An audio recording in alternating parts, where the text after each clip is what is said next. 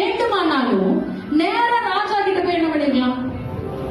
ரொம்ப க்ளோஸ் தானே, ராஜா கிட்ட போய் என்ன பண்ணிருக்கலாம்?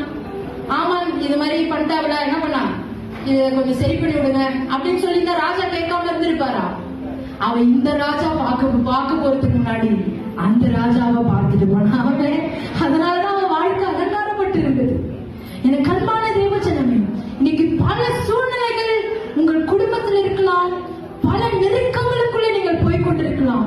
நீங்கள் கையில் எடுக்க வேண்டிய முதல் ஆயுதம் ஜெபம் என்னும் ஆயுதம். ஆமென். அந்த ஜெபத்தை கையில எடுத்து தோற்று போனவங்க சரித்திரத்திலே கிடையாது.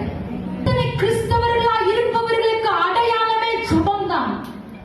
பக்கத்து வீட்டுல பண்ற ஜெபம் இந்த வீட்டு குடும்பத்தை ரட்சித்த சாட்சிகள் உண்டு. அநேக அவிசுவாசிகள் சொல்லுவாங்க 5 மணிக்கு ஆனா அவன் வீட்டுல ஜெபசத்தை கேட்கும். அப்படி நம்ம வீட்டுல கேக்குதா? நம்ம வீட்டுல கேக்குதா? எப்படிங்க குடும்பம் அலங்காரப்படும்? எப்படி உன் பிள்ளை அலங்காரப்படும்?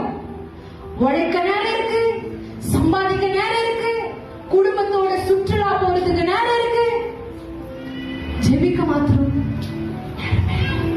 நான் 2026 போகும்போது ஒரு முடிவோட போங்க, 1 மணி நேரமாவது நான் ஜெபிக்காம இருக்கவே மாட்டேன்.